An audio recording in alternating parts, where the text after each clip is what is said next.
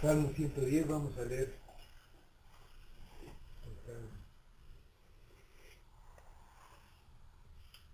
Jehová da dominio al rey, Salmo de David. Jehová dijo a mi Señor: siéntate a mi diestra hasta que ponga a tus enemigos por estrado de tus pies. Jehová enviará desde Sión la vara de tu poder. Domina en medio de tus enemigos. Tu pueblo se te ofrecerá voluntariamente en el día de tu poder, en la hermosura de la santidad. Desde el seno de la aurora tienes tú el rocío de tu juventud. Juró Jehová y no se arrepentirá. Tú eres sacerdote para siempre, según el orden de Melquisedec. El Señor está a tu diestra. Quebrantará a los reyes en el día de su ira. Juzgará entre las naciones. Las llenará de cadáveres. Quebrantará las cabezas en muchas tierras. Del arroyo beberá en el camino, por lo cual levantará la cabeza. Vamos a orar. Señor, te damos gracias por tu palabra. Te damos gracias porque Cristo reina. Te damos gracias por todo lo que tú has hecho, lo que has hecho por tu pueblo, lo que has hecho por tu iglesia, por nosotros. Te damos gracias por la salvación y por todas tus misericordias. Te pedimos que tengas misericordia de nosotros y que uses tu palabra para enseñarnos, para mostrarnos quién es Cristo y quién eres tú. Y que todo sea para tu gloria, en la presencia de tu Hijo Jesús. Amén. Que Jehová da dominio al rey. Salmo de David. Este salmo es el salmo más mencionado en el Nuevo Testamento. Varias veces se le menciona por varios autores, por varias personas. Y de ahí es su importancia. Fue citado incluso por el Señor Jesucristo mismo, y que dice que el autor es David. Es un salmo real porque habla sobre el rey de Israel. Y también muestra su naturaleza divina. Expresa la elección divina del rey David. Y también la promesa que Jehová le hizo acerca de que su reino no tendría fin. Estos salmos se usaban en las ceremonias reales, como por ejemplo en la coronación de un nuevo rey. Pero este es un salmo totalmente profético. Inicia como muchas de las profecías, con un Jehová dijo, o Jehová dice, así es como distinguimos que sigue una profecía. Además, no hay ninguna manera en que la pudiera cumplir todo lo que dice el Salmo la persona de David o alguno de sus descendientes. En la ley había una separación total entre los oficios de sacerdote y rey. Una persona no podía ser al mismo tiempo rey y sacerdote. Esto era muy claro para los judíos. Cuando un rey, el rey Usías, quiso hacer labores que correspondían a un sacerdote, inmediatamente fue castigado con la lepra. Los reyes de Judá, que no son los reyes de Israel, eran descendientes de David, directamente de David, de la tribu de Judá, que también era de donde había de venir el Mesías. Y los sacerdotes instituidos cuando se dio la ley eran necesariamente de la tribu de Leví y de la familia de Aarón. Y ese es el tema del Salmo. Un rey que es sacerdote. Anteriormente, esos dos oficios fueron reunidos por Melquisedec. Era rey y sacerdote. Y era mayor que Abraham. Esto como un tipo de Cristo. Vemos así la base histórica, el salmo profético y el cumplimiento de esta profecía en la persona del Señor Jesucristo. Cuando la monarquía termina con la deportación, queda claro el sentido mesiánico del salmo, que solamente lo cumpliría el Mesías. Por eso es un salmo mesiánico que claramente habla acerca del Mesías y de su origen, que como descendiente de David. Y habla primero de que David, siendo rey, tiene un señor, una autoridad sobre él. Y siendo él el rey, la única autoridad posible sobre él es Dios mismo, que es Jesucristo, y a quien Dios establece como soberano, tomando el oficio de rey. Vemos en el Salmo que Dios le da reposo, una certeza sobre la victoria final sobre sus enemigos, y después lo constituye como sacerdote también eterno. El orden sigue así, y después viene la victoria final sobre sus enemigos. Dice el versículo 1: Jehová dijo a mi Señor, siéntate a mi diestra hasta que ponga a tus enemigos por estrado de tus pies. Es una mención al Rey humano y al Rey divino de Israel, a Jesucristo. La humanidad de Cristo era descendiente de David, según la promesa dada por medio del profeta Natán. En 2 de Samuel 7:16. Vamos a leer este versículo, 2 de Samuel 7:16.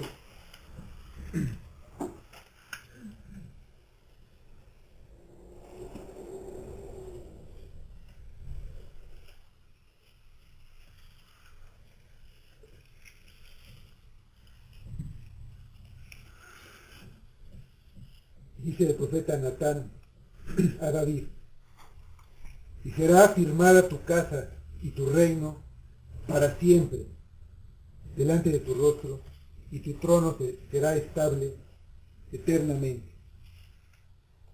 Cristo usó el versículo 1 de este salmo para declarar su deidad en los evangelios, con el argumento de que solamente Dios podía ser el Señor de David.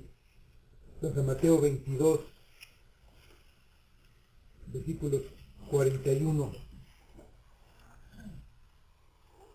al 45. El Evangelio de Mateo, capítulo 22, versículo 41. Dice: y estando juntos los fariseos, Jesús les preguntó, diciendo: ¿qué pensáis del Cristo? ¿De quién es hijo? Le dijeron: de David. Él les dijo: pues como David en el Espíritu, eso es importante, en el Espíritu, le llama Señor diciendo: dijo el Señor a mi Señor, siéntate a mi derecha hasta que ponga a tus enemigos por estrado de tus pies. Pues si David le llama Señor, ¿cómo es su hijo? Nadie le podía responder palabra, ni osó alguno desde aquel día preguntarle más. Los judíos entendían que el versículo 1 del Salmo se refería al Mesías y prefirieron no responder a la pregunta porque tendrían que reconocer que Jesús era el Señor de David, ya que el propio David lo hace notar en el Espíritu, como dice Jesús, y le llama Señor. Lo que dice el versículo es que Dios Padre llama a Dios Hijo a que en su ascensión tome el lugar de honor en el lugar donde se encuentra el trono de Dios, es decir, en el cielo, y que se siente a su derecha. Aquí en el trono de Dios, en el cielo, es el lugar donde Dios reina, es en donde están las bendiciones y la herencia de su pueblo, y donde deberían estar puestos los ojos de los creyentes.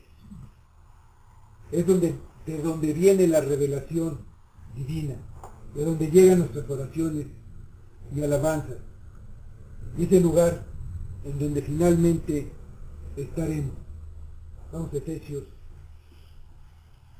2, 6. La epístola de Efesios, capítulo 2, versículo 6.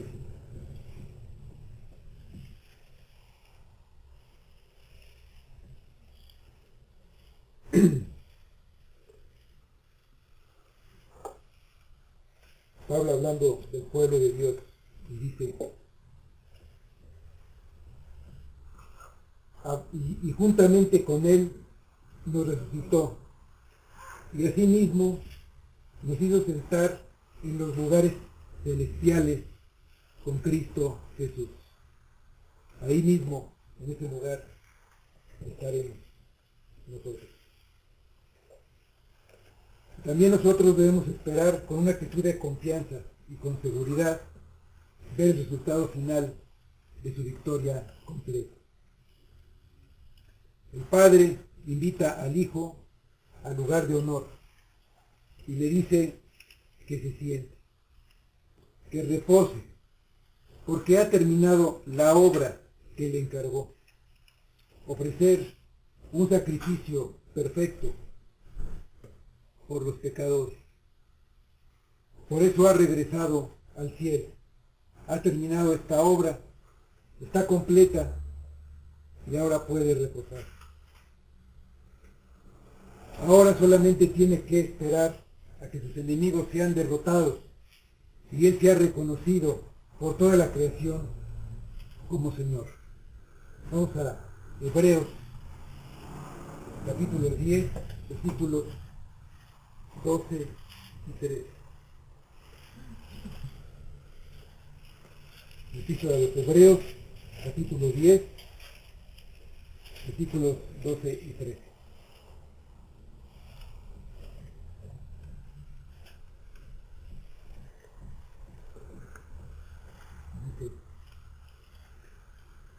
Pero Cristo, habiendo ofrecido una vez para siempre un solo sacrificio por los pecados, se ha sentado a la diestra de Dios.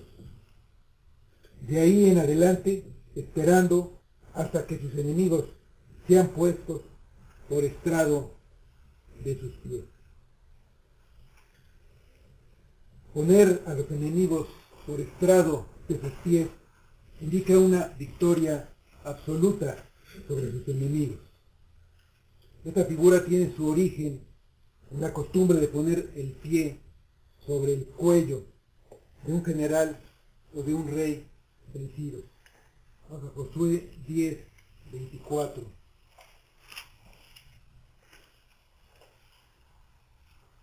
El libro de Josué, capítulo 10, versículo 24. Es un ejemplo nada más de lo que pasó ahí. Dice: cuando los hubieron llevado a Josué, llamó Josué a todos los varones de Israel y dijo a los principales de la gente de guerra que habían venido con él: acercaos y poned vuestros pies sobre los cuellos de estos reyes. Y ellos se acercaron y pusieron sus pies sobre los cuellos de ellos. Esto se aplica a Cristo en su segunda venida como Rey triunfador, cuando después de derrotar a todos sus enemigos, Él reine, no solamente sobre su pueblo, del que siempre será cabeza, sino también sobre todos sus enemigos. Vamos a 1 Corintios 15:25.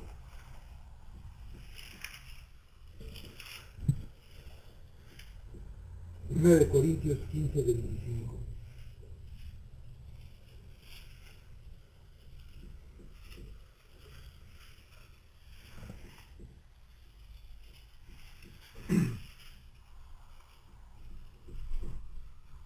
Porque preciso es que Él reine hasta que haya puesto a todos sus enemigos debajo de sus pies.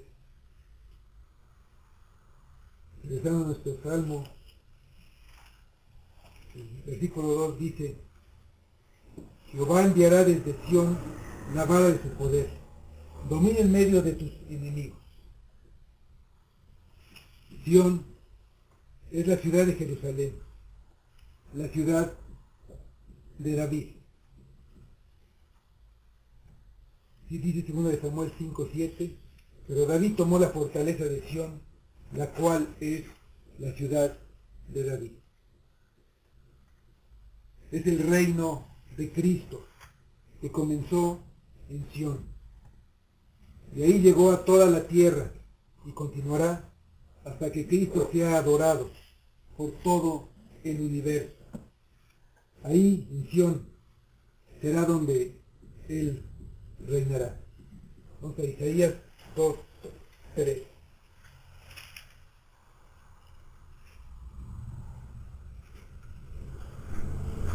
El libro de Isaías, capítulo 2, versículo 3.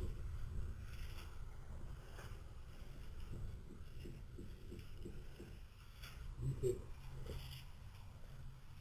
y vendrán muchos pueblos y dirán, venid y subamos al monte de Jehová, a la casa del Dios de Jacob, y nos enseñará sus caminos, y caminaremos por sus sendas, porque de Sión saldrá la ley, y de Jerusalén la palabra de Jehová.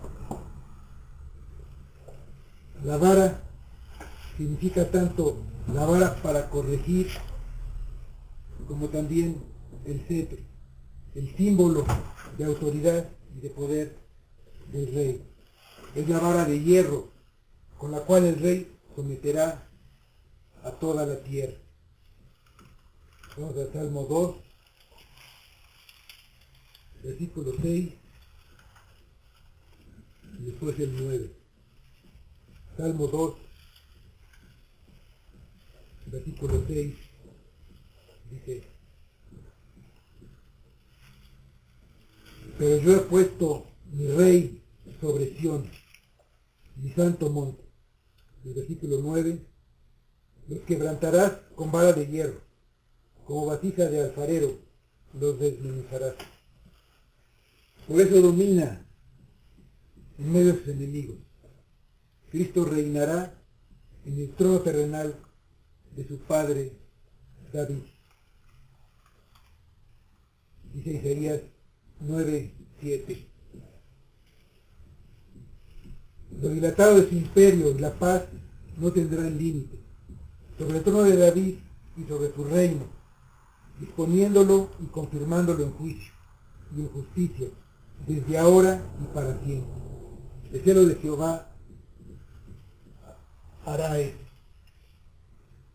Jesucristo es Rey, puesto en el trono por Dios, el Rey y soberano absoluto de todo.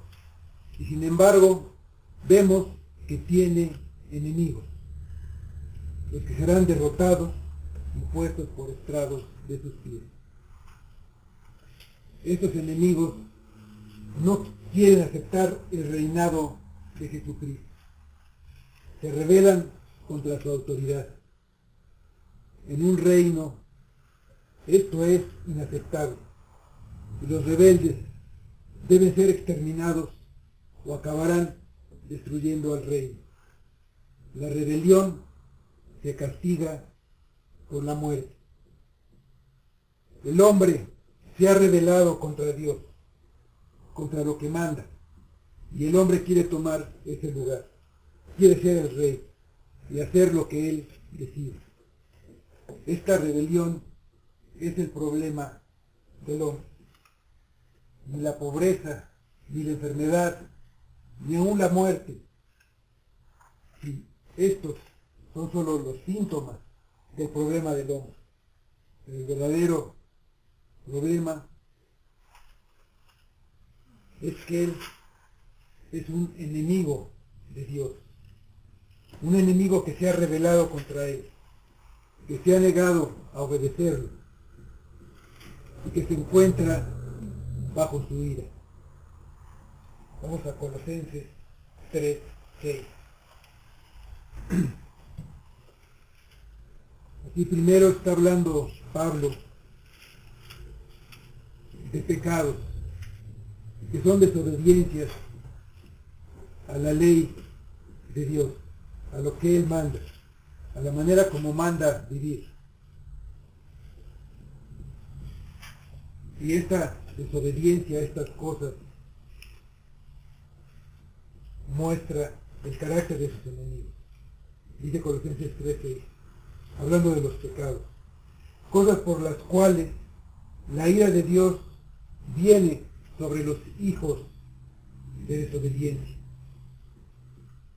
Los judíos sabían que vendría el Mesías, que iba a reinar, y esperaban y querían que viniera. Cuando llegó, esperaban que los libertara, que los sanara, que los alimentara.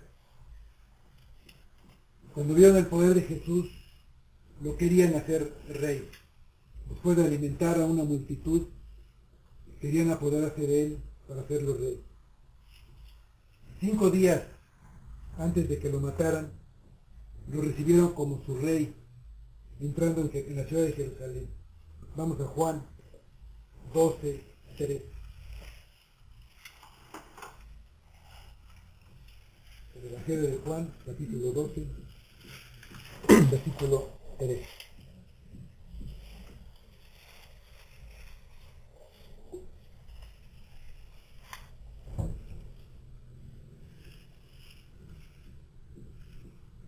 Dice, tomaron ramas de palmera y salieron a recibirle y clamaban, Hosana, bendito el que viene en el nombre del Señor, el Rey de Israel. Muchas de las personas, pocos días después, gritarían frente a Poncio Pilato, crucifícale, crucifícale.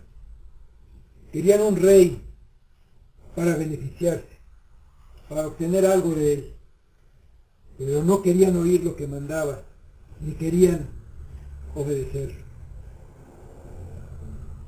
Muchos en el día de hoy siguen teniendo ese mismo pensamiento. Quieren un rey poderoso, que los proteja, que los provea, que los sane, que atienda sus necesidades. Pero no quieren un rey a quien servir y obedecer. No quieren que les diga cómo deben vivir. Están dispuestos a acercarse, a dar algo de su tiempo, a esperar para recibir lo que quieren. En el tiempo de Jesús había incluso quienes tenían un gran conocimiento acerca del Mesías. Eran teólogos profundos, sabían mucho, pero no querían obedecer al rey. Igual ahora, los que se acercan sin reconocerlo como rey, si no obtienen lo que esperan, le darán la espalda se alejarán y seguirán en rebeldía, aunque aparentemente lo habían reconocido como rey y aunque aparentemente lo aclamaran como rey. Al final se hace evidente que forman parte de los enemigos de Dios, no de su pueblo. Dice el versículo 3 del Salmo: tu pueblo se te ofrecerá voluntariamente en el día de tu poder, en la hermosura de la santidad. Desde el seno de la aurora tienes tú el rocío de tu juventud. El pueblo de Cristo se reúne con Él en el día en que Cristo actúa con poder. No en el día en que el pueblo quiere, sino en el día en que la gracia de Dios se derrama sobre el corazón de su pueblo. Nadie más lo hará, solamente su pueblo. Y Cristo siempre tendrá un pueblo dispuesto en el día de su poder. Derrama su gracia con poder y su pueblo no puede resistir esta gracia. El pueblo se llena de alegría y de entusiasmo cuando ve la gran victoria, cuando sus enemigos quedan debajo de sus pies, quedando ese día demostrado su poder. Y su pueblo estará dispuesto en la hermosura de su santidad. Su pueblo es imperfecto y por eso debe recibir la gracia y la santidad que aumenta y es más hermosa cada vez. Los de Romanos 12:1. Esa santidad es una acción voluntaria del pueblo, que se ofrece voluntariamente a buscar con su vida, a entregar su cuerpo, no solamente su alma y su mente, sino su cuerpo para no pecar y acercarse a esa santidad. Dice Romanos 12:1. Así que, hermanos, os ruego por las misericordias de Dios que presentéis vuestros cuerpos en sacrificio vivo, santo, agradable a Dios, que es vuestro culto racional. Ahí en el versículo 3 también dice: desde el seno de la aurora tienes tú el rocío de tu juventud. El rocío se puede ver en la mañana, pero no se sabe de dónde viene. Dice del seno de la aurora, del amanecer. Así es como será salvado el pueblo de Dios, por una obra del Espíritu, que no se sabe de dónde viene, ni a dónde va. Vamos al Evangelio de Juan, capítulo 3, versículo 8, donde Jesús hace una comparación de esto con el viento. Juan 3, 8. El viento sopla de donde quiere y oye su sonido, mas ni sabes de dónde viene ni a dónde va. Así es todo aquel que es nacido del Espíritu. Después habla de la juventud de Cristo. Esto nos habla de que Él, Cristo, siempre es el mismo en poder y en gloria, por los siglos de los siglos, que siempre tendrá la fuerza y el vigor como se tienen en la juventud. Y Él la tiene en la hermosura de la santidad. Cristo reina y tiene un pueblo. Su pueblo está gozoso porque Él reina. Un pueblo que voluntariamente quiere que Dios obre en ellos, que quiere ser movido por la voluntad de Dios, que está dispuesto a morir a todo pecado para que Cristo sea formado en ellos. Están dispuestos a ser limpiados de sus propios propósitos para que puedan ser cumplidos los propósitos de Dios. Quiere participar de la santidad. Quiere ser como Cristo. Dice el versículo 4. Juró Jehová y no se arrepentirá. Tú eres sacerdote para siempre, según el orden de Melquisedec. Nuestro Señor es un rey y sacerdote, al mismo tiempo, por el juramento de Dios que vemos aquí en este salmo, que lo coronó y ahora es reina sobre su pueblo. Después extendió su reino sobre sus enemigos. Su pueblo lo honra. Y ahora Dios lo nombra sacerdote perpetuo. Un sacerdote intercede por el pueblo. Habla a Dios a favor del pueblo, para hacerle llegar sus peticiones, para librarlo del castigo que merecen sus acciones. Y también presenta delante de Dios los sacrificios necesarios para el perdón de los pecados del pueblo. En este caso, el sacrificio es el pago justo por los pecados del pueblo.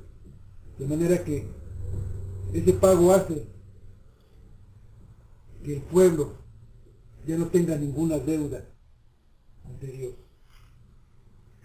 El sacerdocio de Aarón era un sacerdocio temporal. Tenía un principio y un fin. Inició cuando se dio la ley. Se recibía de un hombre y se transmitía a otro hombre. Terminó con la destrucción del templo en el año 70, cuando fue destruido por los ejércitos romanos. Era un sacerdocio imperfecto, porque los sumos sacerdotes tenían que ofrecer primero un sacrificio por sus propios pecados, para después ofrecer un sacrificio para expiación por los pecados del pueblo.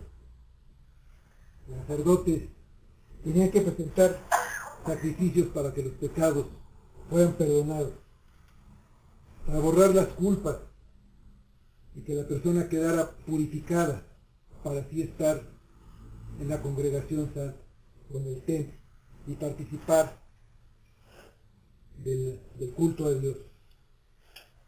Y esos sacrificios eran presentados en debilidad. Tenían que ser presentados continuamente. Y los sacerdotes eran muchos, debido a que por la muerte no podían continuar. Pero Dios unge a Cristo como un sacerdote eterno, según el orden de Melquisedec. Vamos a Génesis, capítulo 14.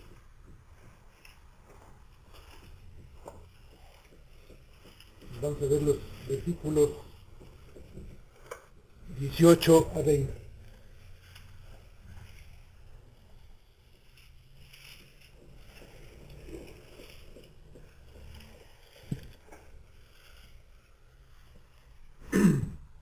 Génesis 14, 18 dice: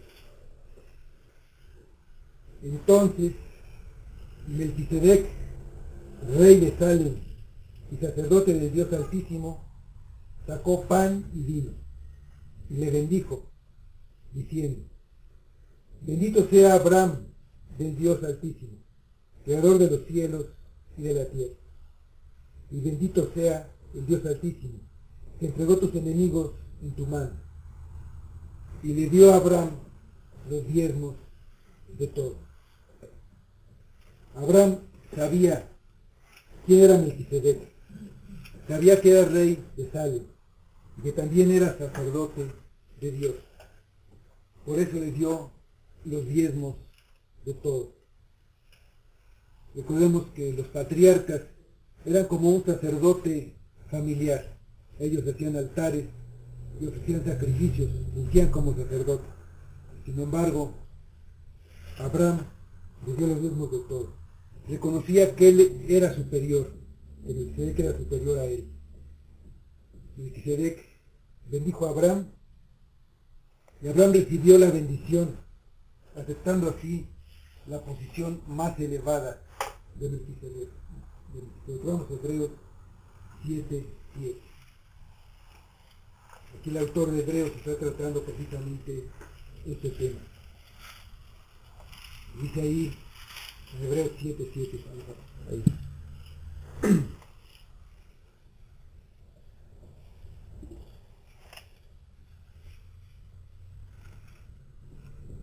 Y sin discusión alguna, el menor es bendecido por el mayor. Mayor es Melquisedec que Abraham. Melquisedec fue llamado por Dios para ser sacerdote y además era rey. Abraham era un peregrino. Melquisedec es un tipo de Cristo en su nombre. Melquisedec significa rey de justicia. Y su título, rey de Salem, significa paz, es rey de paz. Rey de justicia y rey de paz. Esto lo identifica con Cristo. En cuanto a la justicia, vamos a Romanos 3, 21 a 26.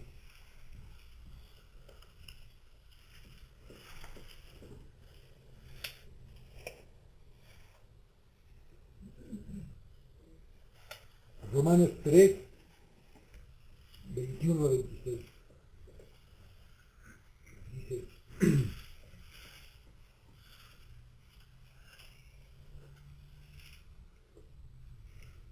pero ahora, aparte de la ley, se ha manifestado la justicia de Dios, testificada por la ley y por los profetas. La justicia de Dios por medio de la fe en Jesucristo, para todos los que creen en Él, porque no hay diferencia, por cuanto todos pecaron y están destituidos de la gloria de Dios, siendo justificados gratuitamente por su gracia, mediante la redención que es en Cristo Jesús, a quien Dios puso como propiciación por medio de la fe en su sangre, para manifestar su justicia, a causa de haber pasado por alto en su paciencia los pecados pasados, con la mira de manifestar en este tiempo su justicia, a fin de que el justo y el que justifica al de la fe de Jesús. Y el que justifica es de la fe de Jesús. Y en cuanto a la paz, vamos a Romanos 5:1.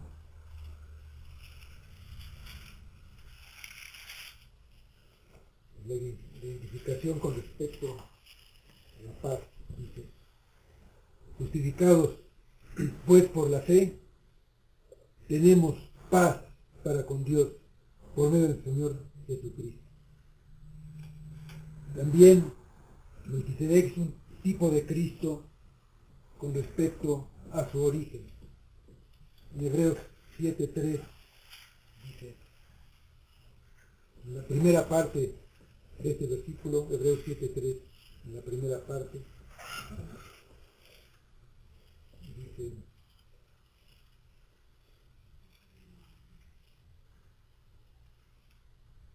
sin padre, sin madre, sin genealogía, que ni tiene principio de días ni fin de vida. Esto es Cristo como Dios. Y es un sacerdote de origen divino, no hecho nacimiento, no hecho sacerdote por un nacimiento carnal, como los hijos de Aarón. No hay nadie antes que él ni después que él. Es en sí eterno. También es un tipo de Cristo en su sacerdocio. Ahí en la parte B de este versículo de Hebreos 7:3. Sino hecho semejante al Hijo de Dios, permanece sacerdote para siempre. Cristo es un sumo sacerdote eterno que intercede por su pueblo, presentándose a sí mismo como un sacrificio perfecto por el pecado. Por lo que su pueblo se le ofrece voluntariamente. Porque por ese juramento de Dios para hacerlo sacerdote, el pueblo recibe la santificación de sus personas. Cristo hace el pago del sacrificio necesario para el perdón de los pecados y atiende todas nuestras peticiones e intercede por nosotros ante el Padre. Vamos a Hebreos 7, versículos 24 a 28.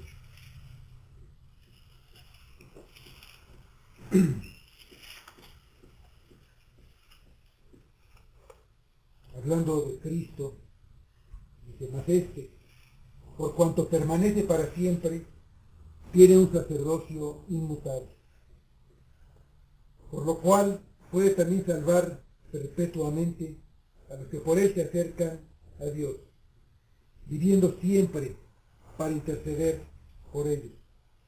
Porque tal sumo sacerdote nos convenía, santo, inocente, sin mancha, apartado de los pecadores, y hecho más sublime que los cielos, que no tiene necesidad cada día, como aquellos sumos sacerdotes, de ofrecer primero sacrificios por sus propios pecados, y luego por los del pueblo, porque esto lo hizo una vez para siempre, ofreciéndose a sí mismo, porque la ley constituye sumos sacerdotes a débiles hombres, pero la palabra del juramento, posterior a la ley, al Hijo, hecho perfecto para siempre.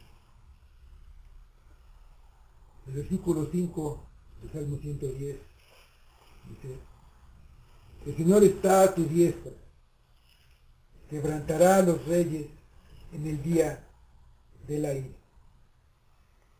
El Mesías está reposado, está sentado, y ahora el Señor, el Padre, está a su diestra para asegurarle la victoria. Ese estar a la derecha es un símbolo de que Dios cubre las necesidades y provee. Vamos al Salmo 109, 31 para ver este símbolo ahí. Dice, está hablando de Dios el Padre: porque Él se pondrá a la diestra del pobre para librar su alma de los que le juzgan. Ahora está a la derecha del Hijo, cubriendo todas las necesidades del Hijo. El Padre causa la derrota de sus enemigos en esta tierra. Nadie podrá resistir su poder. Los reyes que se le oponen serán aplastados. La obra que terminó para su Padre, habiéndose humillado hasta morir en la cruz, es recompensada exaltándolo a lo sumo. Los reyes tendrán que reconocer que Él es el Señor.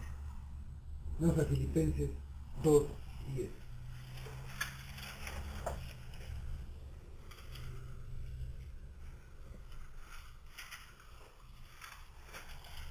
Filipenses 2:10.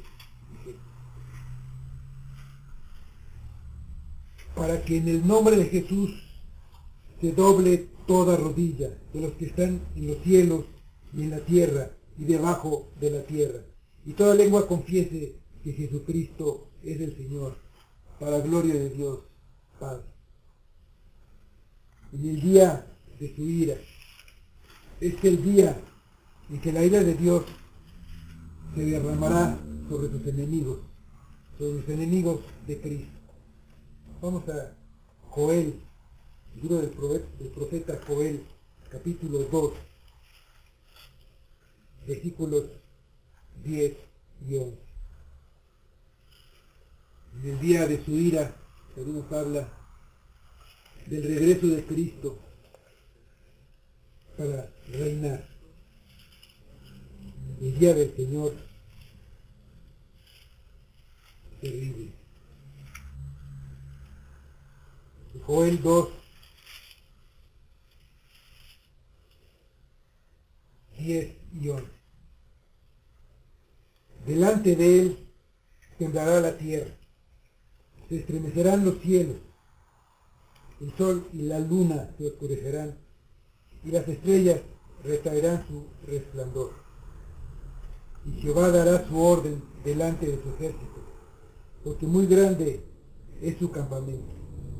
Fuerte es el que ejecuta su orden, porque grande es el día de Jehová y muy terrible. ¿Quién podrá soportarlo? No pierdan ahí a Joel, el lo que sigue. Pero Dios ha hecho sacerdote eterno a Jesucristo, porque Dios está dispuesto a perdonar a sus enemigos si se arrepienten. Ofrece el perdón para sus enemigos que se han rebelado y no quieren someterse al reino. Él es misericordioso. Vamos a leer los versículos que siguen de Joel, del 12 y 13.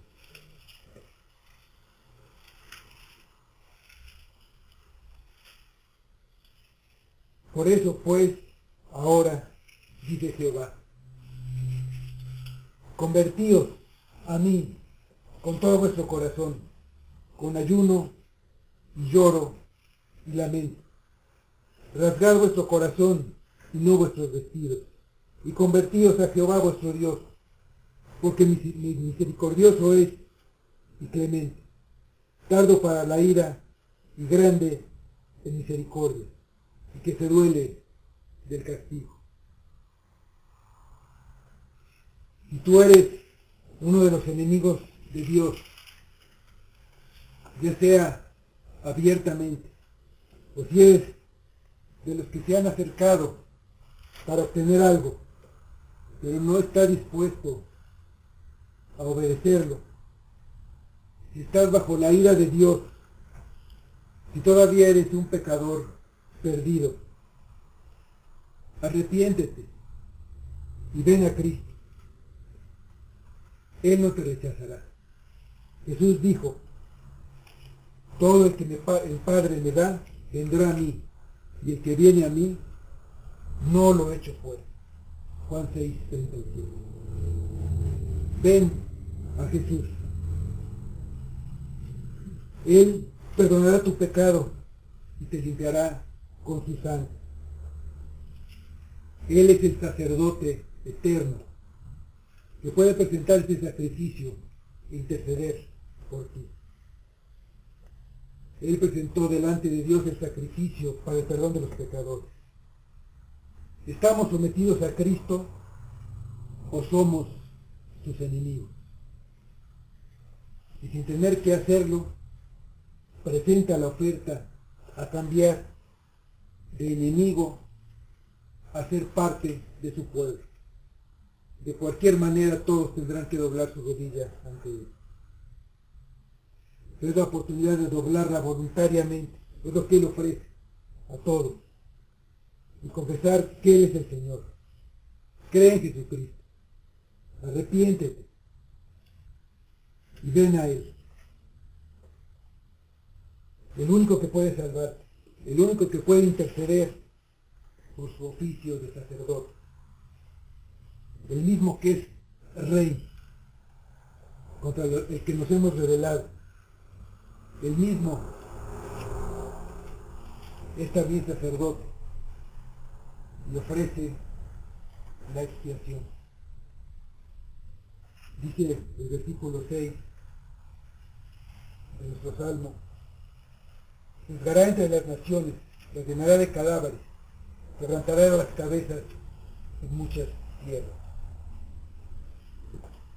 Hay muchos que a pesar de todo no se van a someter voluntariamente. Entonces va a venir el juicio. Él va a venir a juzgar a todas las naciones y va a ejecutar la sentencia y va a quebrantar las cabezas de sus enemigos en un inmenso campo. Y el rey más poderoso de la tierra puede escapar de la ira del Señor sin una herida mortal. Vamos a Joel, capítulo 3, y el versículo 2.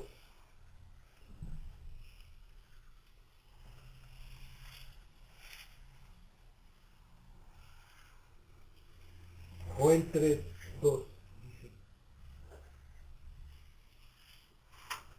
Reuniré a todas las naciones y las haré descender al valle de Josafat, y allí entraré en juicio con ellas a causa de mi pueblo, de Israel mi heredad, a quien ellas esparcieron entre las naciones y repartieron mi tierra. El último versículo de nuestro salmo dice, versículo 7, del arroyo beberá en el camino, por lo cual levantará la cabeza. Después de la victoria, como un conquistador cansado, se refresca en el arroyo del camino y seguirá hasta la terminación de sus triunfos. La cabeza levantada es símbolo de su victoria final. Vamos a terminar leyendo el Salmo 22, 28.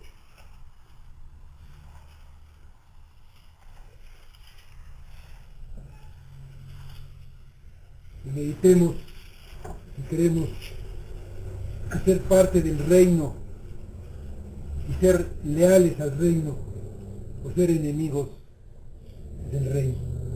Si nos arrepentimos y creemos en él. Dice el Salmo 22, 28. Porque de Jehová es el reino y él regirá las naciones. Vamos a orar.